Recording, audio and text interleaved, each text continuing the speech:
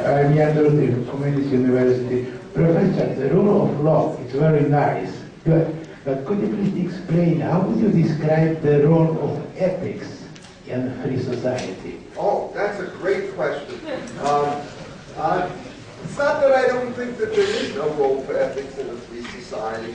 In fact, it's precisely because that we do have and can develop either ethical or cultural norms that we can restrict the scope of the rule of law. Let me start the answer to that particular question by describing what I think to be the two-tier system that exists in any well-functioning set of legal institutions. So take, for example, an employment place. The dominant contract solution that exists as a matter of law in any kind of a contract is called in English the contract at will. And it means that I can hire you or fire you for a good reason, a bad reason, or no reason at all. Or alternatively, since this rule is perfectly both ways, it means that you can quit for a good reason, a bad reason, or no reason at all. And so there is a sense in which the legal regime looks as though it tolerates Alice in Wonderland-like conduct. So you come there and you say, like the Queen of Hearts, off with your head, and the poor employee is left to go out on the street with no redress at all. Now, it turns out two things are true about this contract. One, that it is widely reviled by many analysts, or many modern analysts, because they think it doesn't take into account the ethical duties that one individual has to another. But the second feature is, apart from government intervention, it is overwhelmingly the dominant form of relationships for employee contracts. There are variations on it. I may be able to fire you, but only if I give you a week's wages and so on down the line. So there may be a price, but almost never do you see any business actually adopt a conduct which says, I'm going to have to show cause before I can fire you. Then you go inside the business, and what you discover is that for the most part, people don't fire at will. They aren't crazy. They aren't arbitrary. And the question is, well, why not? And for the most part, there are very good explanations for this. What happens is, if you wish to keep and retain your employees, right, if you're an employer, or if you wish to retain your job as an employee, one of the things you try to show is that you're a person who has an ethical character. And the question is, why does this ethical character matter if you've got this legal system? Well, because the legal system is like a howitzer. It's a big gun, but it's very costly to try to put into place. And so you don't want this big gun to be fired off when you have a small dispute. And what people learn to do is essentially make adjustments as they go about in a successful relationship that don't trigger this huge response. And if you have a legal system which says, do this the way you think, generally speaking, people will do it better in a contract at will environment than they will in an environment where if the employee doesn't like what the employer does or vice versa, somebody can sue somebody in some kind of a form. So that what you tend to see is that the same businesses which say, I can fire you at will turn around informally to give you a hearing of one kind or another. Or they'll ask other employees for their version of what happened. Or they'll present evidence that the employee has behaved in some improper fashion. Now, part of it is simply the fact that it's a decent thing to do. But think of it this way. If you're an employer and you have 100 people, and there's somebody whom everybody thinks is very admirable, and you just fire them for no reason at all, they're going to start to quit. And not only that, you're going to have to figure out how to hire somebody who doesn't want to come to a place where off with your head becomes, in fact, the dominant solution. So if you actually look at the way in which these businesses start to work, what you discover is that the reputational constraints are really extremely powerful, and that the system works best when, in fact, you have a strong legal rule that the courts will intervene, and a lot of particular instances in which these adjustments are made. Now, what happens? Every system you have will have some Achilles heel, some weak point. And you can easily find a case in which the employer abuses his or her prerogative under a contract at will. And so people will then say, well, we have to have a law which prevents unjust dismissal. Well, at that particular point, you lose a great deal, because now anytime you try to make an informal adjustment, somebody's going to say it's not sufficient, and they can turn around and sue. So that the stability of most of these arrangements depends upon the fact that there is a strong and dense set of social norms which back up the legal system. And the great danger that you have is to try and incorporate the social norms into the legal system, because the outsiders can't understand it. It takes too long, it's too expensive, you get lawyers involved in the situation, which, notwithstanding my profession, turns out to be a mistake. Let me give you another illustration which taught me this lesson a long time ago. In 1972, my wife and I moved into a new apartment in a building called 1700 East 56th Street. And we looked around the building, and we saw that they had an active maintenance staff taking care of every which kind of problem inside all the apartments. And then, being a law professor, although a young one at the time, I actually read the contract. And what the contract said was that the building assumes no obligation whatsoever to make any repairs inside the wall. They are all the owner's responsibility. So I go up to the rental agent, a woman named Joan Farmer. I still remember this. And I said to her, what gives? Why should you have all these people running around providing services when you disclaim the mere obligation to do so? And her answer was correct. For most decent people, we're decent. We got 400 people in this building, and everybody knows what everybody else's business is. But sometimes we get a real lapse, and the only way we can take care of that lapse is to throw him out on his ear. And if we don't do that, all the good tenants will leave. And that's basically the way in which these ethical arrangements start to work. So what you have to do is to understand that ethics isn't perfect, but it goes a long way. And the effort to make it perfect by legal enforcement undermines its effectiveness overall. So you get this funny dual system: local justice, which is dense, and legal justice, which turns out to be formal. And I seem to think that this will work, and no matter what kind of business you're in, you will always find that the customary norms are thicker and more particular than the legal norms, and that, I submit to you, is a good thing, not a bad thing. So that's how I think ethics actually works itself into these kinds of transactions. And if you don't have those norms, then everybody's essentially going to either breach or fire, and the level of instability that will be introduced is crazy. So, to give you but another thing, when you say, see a sign up there which says Epstein Jewelers, established 1910, the customer thinks, this guy's been in business for over 100 years, maybe he can't be all that bad, right? And those are the sorts of things you want to build up. Reputation just matters hugely.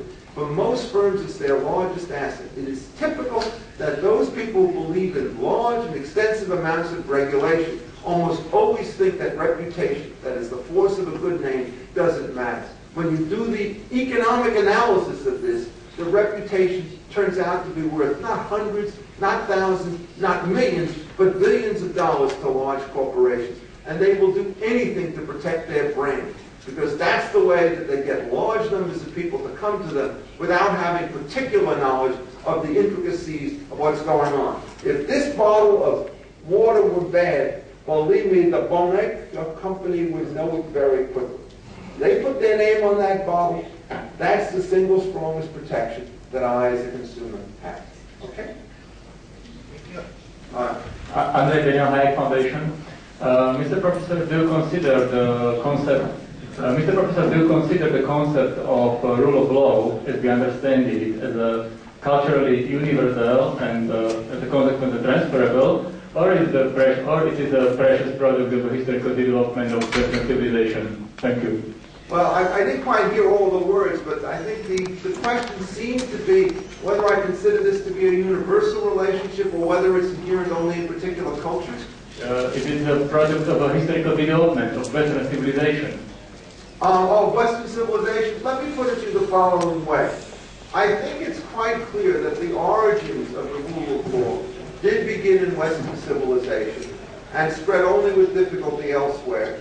And it is a very interesting sociological and historical question as to why it is that we were able to make that transition in some societies, but not in others.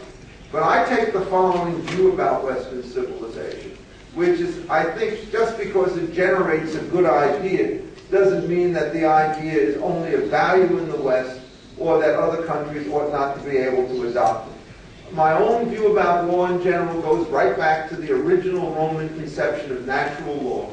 And that was, there are certain kinds of principles that travel well across societies, and they do so because of the reasons that I mentioned.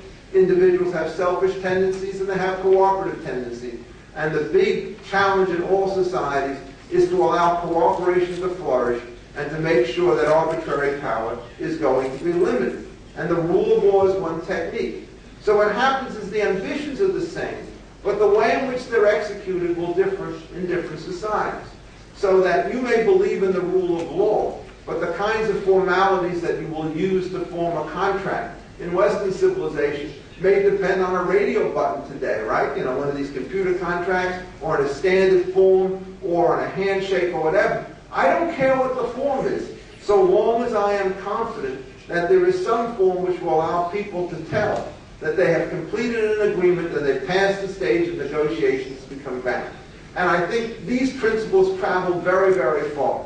One way in which you can note that is that if you start seeing what the law is in many Asian countries, which in fact did not start in the West, you see an easy incorporation of many of the basic principles. The Japanese code in the early part of the 20th century was a large importation of the German civil code, which was worked out in the year 1900. Nobody can tell you that their civil institutions were the same on particular matters, but the basic situation on how it is that people cooperate and don't were captured well in one system and transferred to the other. Legal transplants take place all the time, and the only reason that they succeed is that once they are allowed to come into a new setting, they actually produce some degree of benefit for the individuals and the groups that are on them. To give you a modern illustration, which sometimes is not my favorite, but you develop an antitrust principle in the West, that's a hard thing to understand, how monopoly and competition ought to be regulated. And sure enough, if you explain it, you can get people in all sorts of countries to think that maybe they need an antitrust law as well.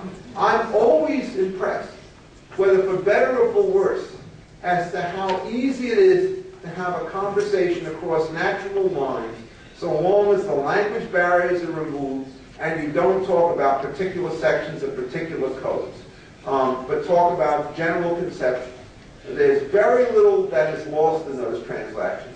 And that's why I think that the sort of the universal aspirations of the early natural lawyers was in fact a very accurate statement about the way in which these societies are organized. So in that sense, I remain an optimist. I don't think that every time you move to a new society, you have to start from scratch. I think there's a great deal that you can do to learn from what successful societies have done and to imitate those things and to see what they've done that's been unsuccessful and to avoid those things. And many countries, particularly in Asia, have picked up American capitalism, European capitalism at its best, and may well be essentially in a position to leap above us. The difficulties in many of these societies is not on the economic side. It's on the question of free speech and political dissent and issues of that sort, which I think are absolutely critical for understanding the larger social framework, but I didn't talk about them today, not because I don't care about them, but because my charges was essentially to deal more with market mechanisms rather than with political institutions. Okay? So there's a hand over there. We've got three.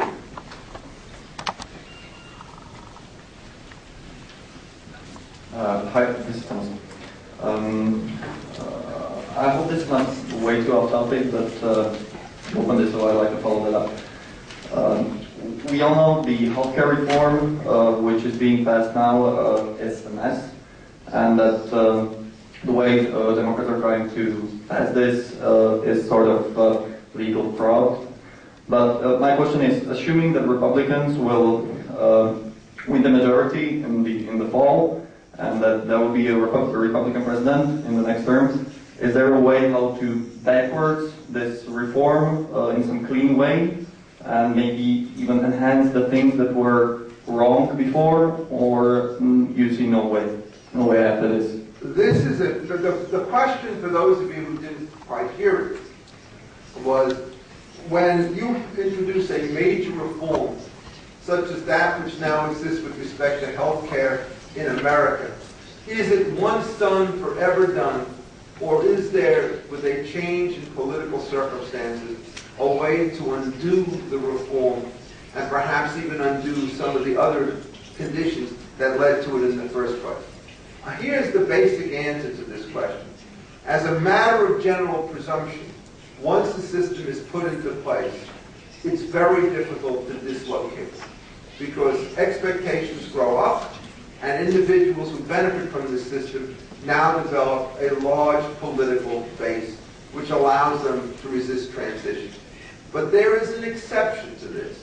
When, in fact, the rules become sufficiently catastrophic and dislocated, there can be a real whirlwind of opposition which can transform things. And for that, you need to have both a demonstrable failure of the system and essentially a kind of a political election that allows it to be realized. To give you one illustration where that happened, in the United States about 20 years ago, they passed a statute for medical catastrophic insurance. And it turned out that many people who were in the Medicaid group were violently opposed to this thing. And within 2 years, the whole program was repealed because of the public opposition by the group that was benefited from it. My own view about this is that it is not easy to do, and a lot of it depends upon just how quickly the bad news settles in.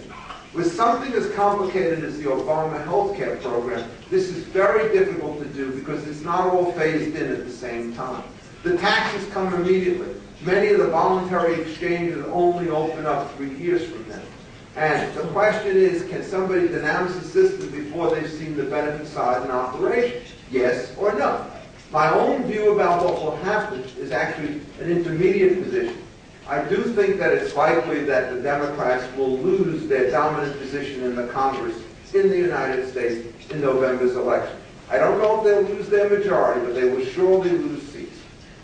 2 years later from that, it's possible that Mr. Obama will lose the presidency, because I think the economic tailspin will not solve itself, given the measures that he has advocated on a whole variety of questions. The way in which I think we will see this thing done is through postponement rather than repeal. People will say, well, we have to put the tax off for a year or two. Well, we have to put the benefits off. Well, we can't put this exchange in. And slowly but surely, you keep putting it back, things get a little bit better, and then maybe you could repeal it or modify it or truncate it. It's very difficult to predict politics. It's a crazy game, and it's like taking a ball which has a bunch of points on the side and throwing it against the wall and figuring out which way it will bounce off. I mean, there's so many ways that things can go wrong that one of them is likely to happen. But I think on balance, my own prediction will be that the current plan in its current form will not be fully implemented. I think by the time we've gone 1 or 2 years, the opposition will be particularly strong, and there will be modifications and postponements of what has happened, which is very unusual.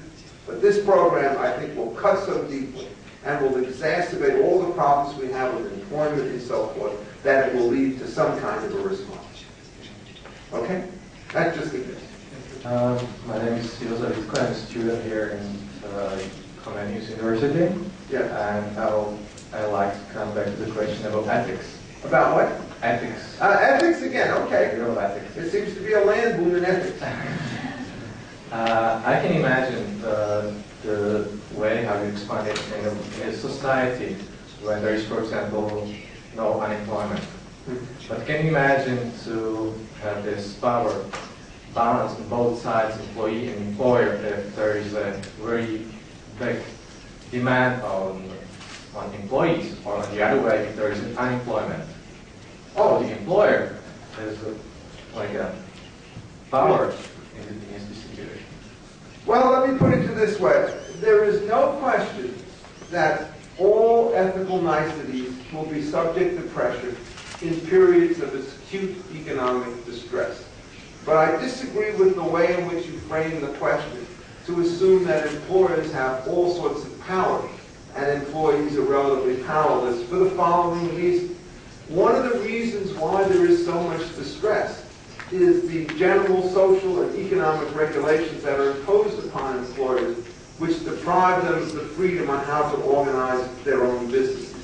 So that if you were subject to strong rules on anti-discrimination, on safety, on minimum wage, on hours, and so forth, your degrees of freedom are not that great.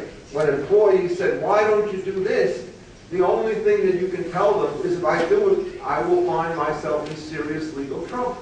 So that there is, I think, here, likely to be demoralization on both sides of the arrangement. Because I don't think that the employment problems that you see are simply a function of the inability of supply and demand to come back into equilibrium. I think there are powerful regulations that prevent them from getting there. That's one of the reasons why you have to be unhappy about regulation. It leads to demoralization. Let me give you one example. You introduce a strong minimum wage, as we did in the United States 3 years ago. People believed that, the minimum wage would continue to move up, and the famous expression from the Democrats was, all these rich people are getting raises, let's give the poor people a raise too, so we have to increase the minimum wage law by about 35%. All right? And if markets had continued to boom, that might not have been such a terrible thing, because the market wage would have been above the minimum wage, and so you achieve this political victory without having any economic dislocation. But when things start to turn bad, all of a sudden wages will drop, and now the minimum wage law will really bite.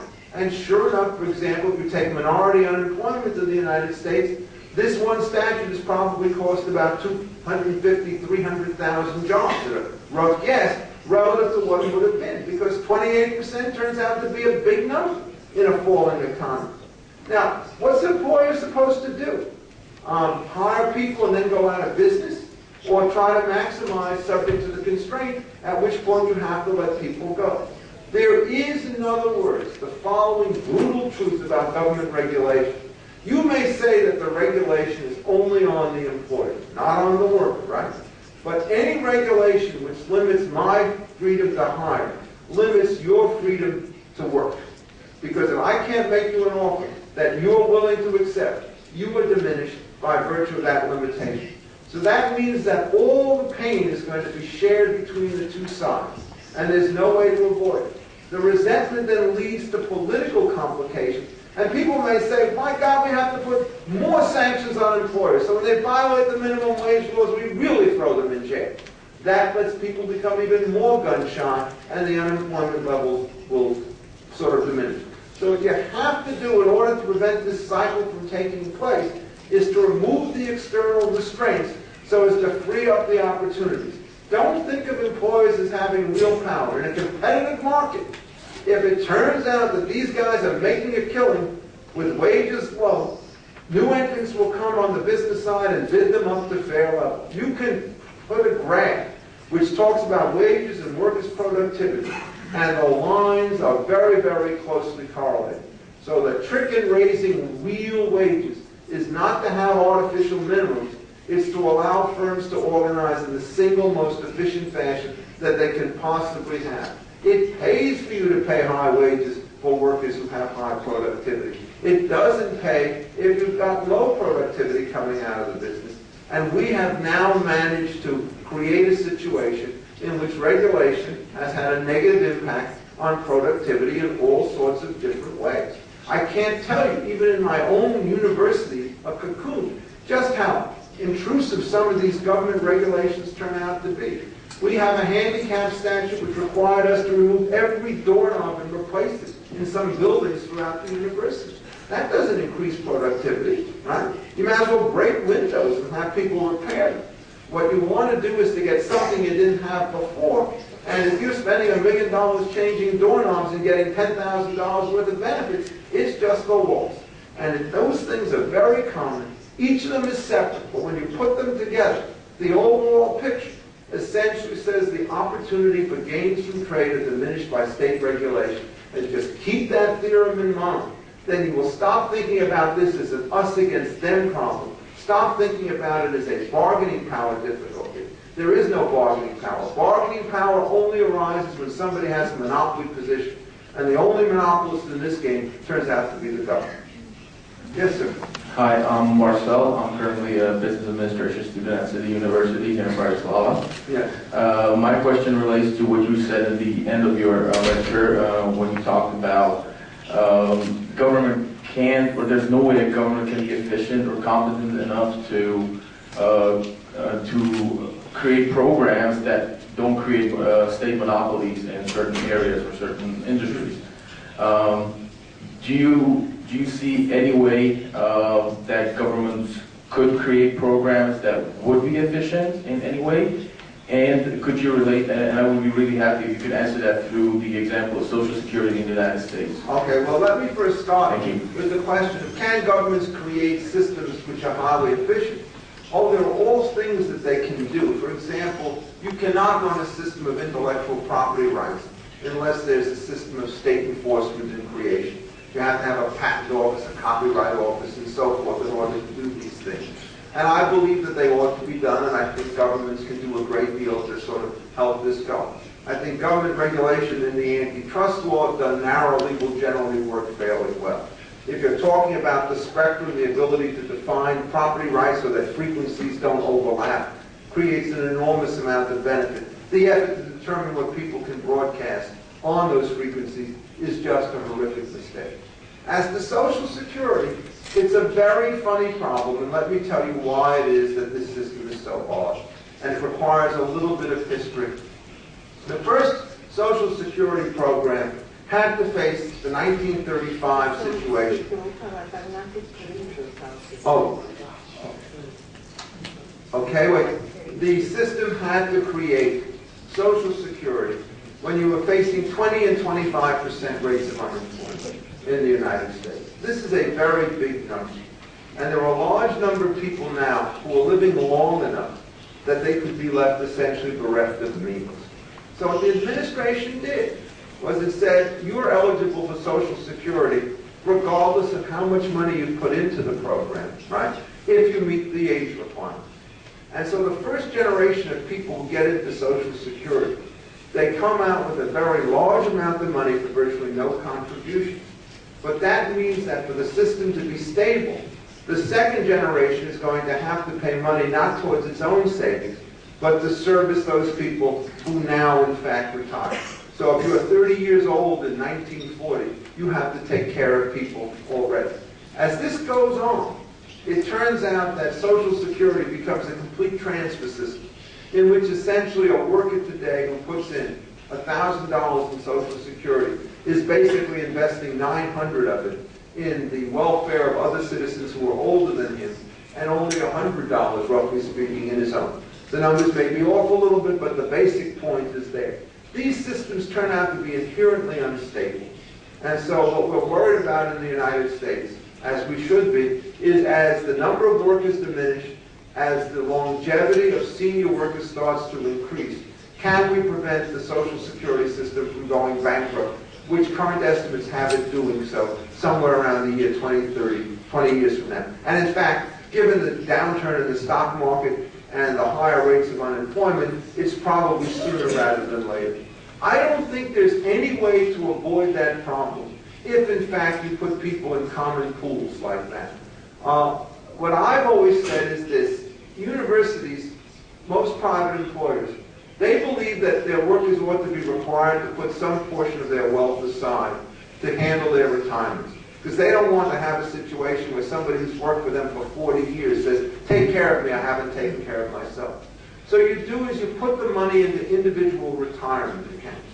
And you can then limit whether these things go to bonds or to cash or to equity. But everybody's account is self-contained. That gets rid of the political football that we have with the Social Security system. And it handles the question, if there is a question, as to how attentive people are to their own future. But the current situation, there is no solution, because all of the individuals who are net beneficiaries under the system are now at a point where to take it away from them when they're unable to work is essentially to condemn them to a horrific life. What you can do to modify Social Security is very painful. What you have to do is to slowly raise the minimum age and the amount of the co-payments so as to keep the thing from bleeding. So instead of allowing people to get it at 65 give it a 66, then 67, and so on as life expectancy gets smaller. The other thing that one should do with Social Security is give full information on what the system is worth. I'm on Social Security, I should tell you. I'm past 65. I'm paying more into the program through taxes than I'm taking out of it, but that's a different kind of a problem. But when I look at my form, I'm reasonably informed that I have no idea as to what my future benefits are worth and what's the optimal package I should take out, or what the rate of return has been on all the money that I've put into that. When I look at my Fidelity plan, I know exactly how much I have, and then if I want to find out what the different options are worth, I can call up a broker and instantly find out what's the best way, whether I want to have a self-annuity, a self-and-survivor annuity, all which have the same present value. So the second thing to do with Social Security is to basically give people full information. And once they have that information, they'll make more intelligent decisions. But also, once they see the rates of return that they're getting on their money, which for people under 40 is probably negative, given the amount that's taken out of them, it will change the political support for the system. Right now, the system is supported because if you look at the form, it is literally unintelligible. So you cannot understand how much you get and how much you lose. In the end, schemes that are not pay-as-you-go, if they don't book in for money today, all the benefits promised to those people, they will have this internal transfer system which will create this massive instability. That's what's going to happen with Medicare, and that's what's going to happen with this new health care plan. And in the end, what will happen is the debts will become so large that they will be repudiated by the United States government. This is already happening at the state level, because some of these programs are so rich that all of a sudden teachers are being cut back on their wages, mandatory furloughs are taking place, benefit packages are being slashed across the board, because if you don't have the money, you can't pay it out. And if you look at the University of California, it's cut its appropriations to its university system, the state has cut it to the university by about 30 or 40% in the last year. There is no way you could run as great a university on no money as you can on a lot of money, but there's no money coming into the till. And this is the problem you have to avoid. Large promises like Social Security, free education, and so forth, they do well when things are going well. But when things go badly, it turns out that the dislocations are enormous. And that's the sad feature about this system. Many, many people will suffer a great deal because of the inability of the state to honor all its obligations. The only people in the United States who will come out well from this, I'm sorry to say, are the workers in public unions who have pension plans which take priority over everything else. And these pension plans pay them basically a pension at age 55 which is equal to or in excess of their wages and allows them to go out and take a second job to boot. So all the money, in effect, has been created in the hands of a small group of individuals through a series of unwise labor statutes. And that is going to impair negatively on every other welfare program that is in place, and the consequences will be terrible, because whatever you think about putting these things into place to begin with, you can't change the rules of the game after people reach 70 and 80 years of age and hope not to have a bloody mess coming out of it. So we're locked into these obligations and we don't have the resources to pay for them. This is a very serious problem in the United States, and it's only going to get worse unless and until we can introduce some degree of fiscal discipline. And there's no sign that either party is prepared to make the hard choices today. So what you saw in Argentina, right, they repudiate the pension system. What you're seeing in Greece, this could be the United States in 5 to 10 years. It's a very frightening prospect. I don't want to sound so gloomy. I'm basically a pretty happy fellow in terms of my own inclination.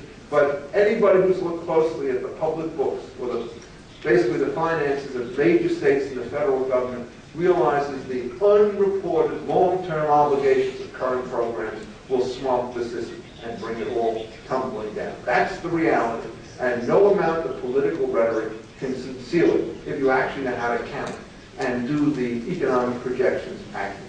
Okay, so somebody asked me a happy question. I need a happy question, like, what's your favorite rock star? Who do you think is going to win the World Cup? Right? I mean, to end on that question seems to me to sort of defeat the point of a lecture like this. So is there somebody who has happy talk? Peter? Oh yes, there's a question in the back. This is a happy man. My name is Oshek, I'm an independent consultant. And what's about heritage of Machiavelli? Now you are speaking English because I get Machiavelli. Oh, Machiavelli, yeah. What about Machiavelli? It's up to you. He's never been one of my heroes. Because essentially what he did is he understood that courtiers have undue influence in government when property rights were indefinite. That's the good part. But on the other part, he kind of thought that those people who could play the game well were national heroes as opposed to being people who were more able to destroy than to create wealth. Look, the basic proposition is the more indefinite the system of property rights, the more room there is for people to start to wheel and deal. And if you look at American law, this is the way the property rights system creates itself. It says that your right to exclusive possession is protected. But if you want to build or you want to sell, we can regulate you as much as we want and don't have to pay you a dime. And so the efforts that go through to figure out how you put a building on a plot of the land like the ones next door are just epic. And my daughter's a real estate developer. I've seen this in action, and this is what it is. If you put the system of regulation in place, it takes you 5 years longer to do something half as well, and by the time you're done, you can't figure out what it is that you managed to create, having spent all that time to say that the building should be 44 stories tall instead of 33 stories tall, but narrow. People spend all their time worrying about the shadows that the buildings cast, rather than who happens to live within them. And that system of property rights, no matter where done, is this. The basic proposition is the more you put under the permit system for allowing people to develop and to sell, the poorer your society will start to be. The correct rule is let them do it, and if they do something wrong, stop. But to have an anticipatory arrangement is in fact to mean that every project, no matter how sensible, has to undergo exhaustive approval. And by the time you're done, many people won't even start. So you get acute housing shortages, and you get very little in return. I mean, the permit system is what makes men like Machiavelli flourish. And in a liberal society, what you're desperately trying to do is to limit that degree of government discretion. And Peter, I think we basically outstayed our welcome. So let me thank everybody for staying here. I mean, I have to tell you, Mr. Gonda said there would be 300 people in this room, and I laughed at him as I came over. But there were more than that, for which I am grateful, and I'm grateful for all of you who have decided to stay to the bitter end. I mean, this has been a very long and intense experience. Thank you so much for giving me the opportunity to speak.